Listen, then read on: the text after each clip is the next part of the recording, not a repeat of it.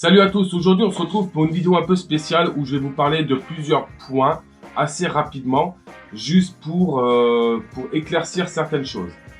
Alors je vais déjà tout de suite revenir sur la vidéo du scorpion. Vidéo herping, je ne prélève pas les animaux dans la nature. J'ai prélevé ce scorpion dans une église, je l'ai récupéré pour faire la vidéo. Je l'ai relâché 4-5 jours après en Ardèche, donc comme je l'ai dit dans la vidéo. Et tout s'est très bien passé.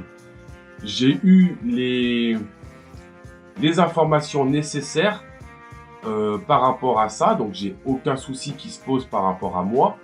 Par contre, ce qu'il ne faut pas oublier, c'est que tout ce qui est faune française est interdit en captivité. Vous n'avez pas le droit de la prélever dans la nature. Énormément d'espèces sont protégées.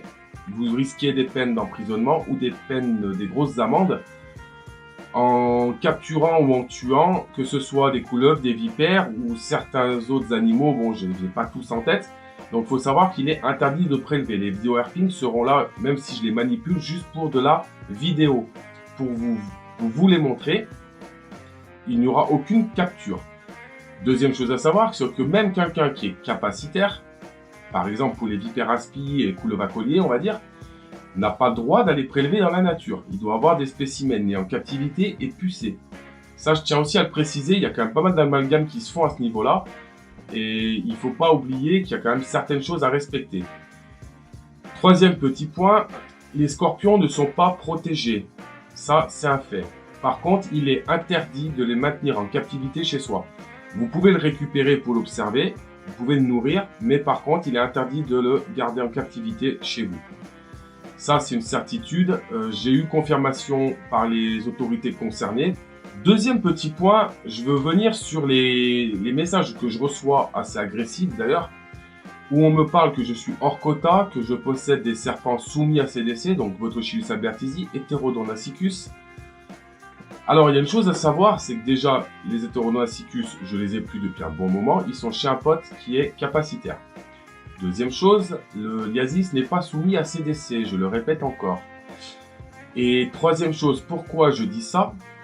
Alors il y a aussi les bêtes que j'ai, n'oublie pas, celle-ci doit être pucée, tout ça. Donc c'est quelque chose que je voulais pas vous parler tout de suite, mais je vais vous en parler, c'est pas grave.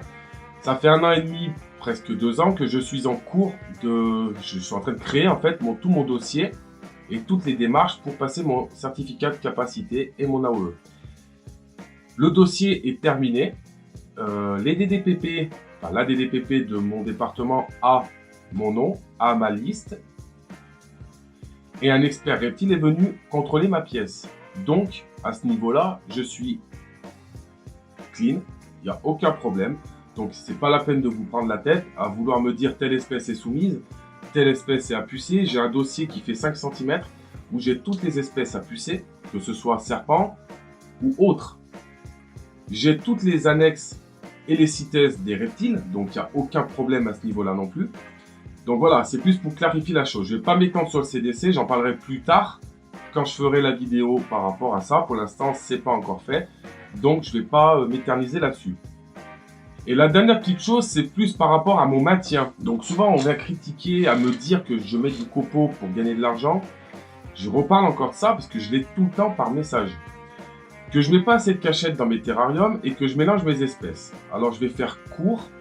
Pour le mélange d'espèces, je vais vous mettre le lien à la fin de la vidéo. Allez voir la vidéo de Tonton Snake, donc Snake Reptile. Il a fait une vidéo là-dessus. Vous allez voir, elle est super bien expliquée. Je ne vais pas partir dans le détail. Mais oui, j'ai certaines espèces que je mélange. Orthiophis, Radiata et Pantherophis. Pantherophis, femelle avec femelle, mâle avec mâle, 2 par terrarium maximum. Les Orthiophis, elles sont ensemble, c'est un couple. Je les sépare régulièrement.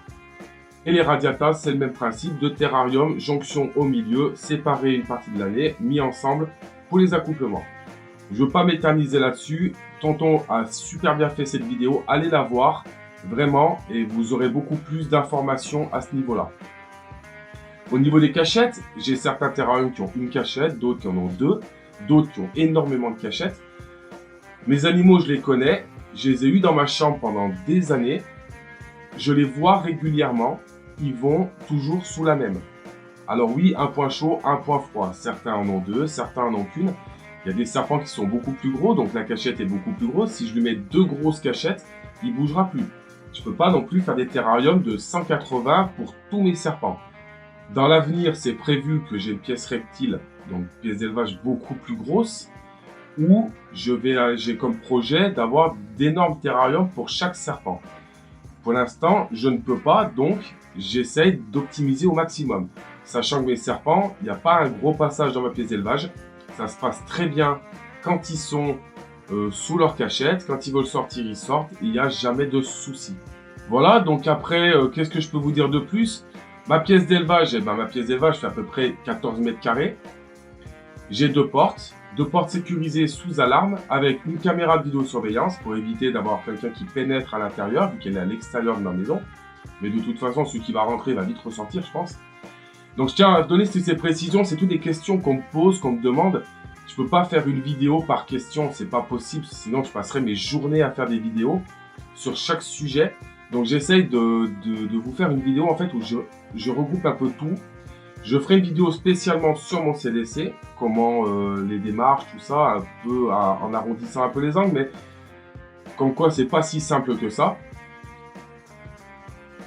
Après, au niveau de la maintenance de mes bêtes, j'essaie toujours de faire en sorte que ce soit nickel. Les copeaux, c'est des copeaux dépoussiérés, des copeaux que j'achète quasiment aussi cher que le substrat de coco. Donc j'ai autant de copeaux que de substrat de coco en réserve ici.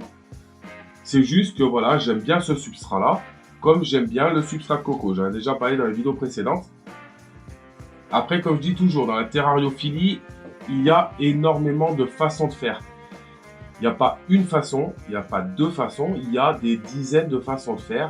Et chaque personne aura une façon de faire différente par rapport à ses terrariums, par rapport à ses substrats, par rapport au nourrissage, par rapport à la manipulation.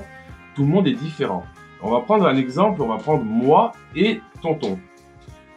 On est tous les deux en symbiose sur beaucoup de points. Donc on se rejoint sur beaucoup de points. Il y a certains points où lui va faire d'une manière et moi je vais faire d'une autre manière. Moi je vais avoir une vision des choses, lui va avoir une vision des choses. Lui va avoir certaines connaissances que moi je n'ai pas du tout sur beaucoup de choses.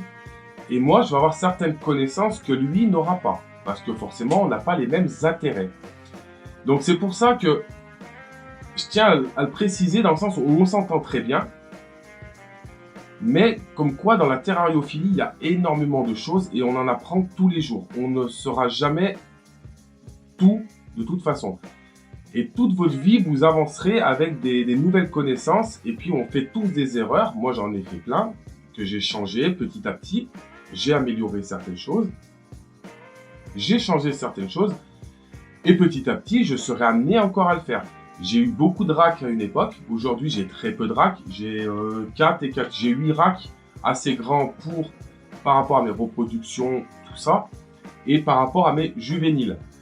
Après, j'essaie de favoriser le terrarium. Je ne vais pas prendre des nouvelles espèces toutes les 5 minutes, ça ne m'intéresse pas. Je ne veux pas prendre des espèces à tout va, ça ne sert à rien. J'ai mes espèces que j'ai. Ça me plaît comme ça. Si jamais je veux une nouvelle espèce, je ferai en sorte de l'avoir dans des bonnes conditions. Tout ça pour venir à dire que évitez les groupes Facebook, essayez de vous renseigner chez des professionnels, dans des magasins spécialisés, chez des capacitaires, malgré qu'un capacitaire n'est pas forcément plus intelligent qu'un éleveur amateur. Ça, je tiens à le préciser quand même, parce que j'ai souvent vu sur les groupes Facebook, les gens disaient ouais, les capacitaires, ils se la pètent. Non, personne ne se la pète. T'es capacitaire, tu as des connaissances sur certaines choses. Être capacitaire, je peux très bien être capacitaire sur certains reptiles et rien y connaître en lézard, ce qui est le cas d'ailleurs. Je n'y connais rien en lézard, à part les pogonas, parce que j'en maintiens. Je ne vais pas aller vous faire une fiche d'élevage et comment maintenir un varan des savanes, un Varanus exemplaticus, ou on va prendre par exemple les Acanthosaura capra ou les Tilica. C'est des lézards que je ne maintiens pas, donc je ne peux pas en parler. Voilà, donc j'espère que cette vidéo vous aura plu, vous permettra de voir un peu plus large en fait au niveau de la terrario. N'oubliez jamais qu'il y a plein de façons de faire, que c'est pas parce que moi je fais d'une manière que c'est la meilleure. Vous pouvez faire différemment et ce sera sûrement peut-être même mieux, on ne peut pas savoir. Il n'y a pas de science infuse, c'est pas comme quand on monte dans une voiture, on met la première. Voilà, on sait qu'on va aller devant. Si on met la marche arrière, on sait qu'on ira derrière. Mettez la marche arrière, vous irez jamais devant. Donc ça, c'est une certitude. Dans la terrario, il n'y en a pas. Il y a certaines choses qu'on sait et il y a certaines choses qu'on va apprendre par rapport à ces animaux. Je vous remercie d'avoir vu la vidéo. J'espère que ça vous aura plu et je vous dis à bientôt. Allez, salut tout le monde!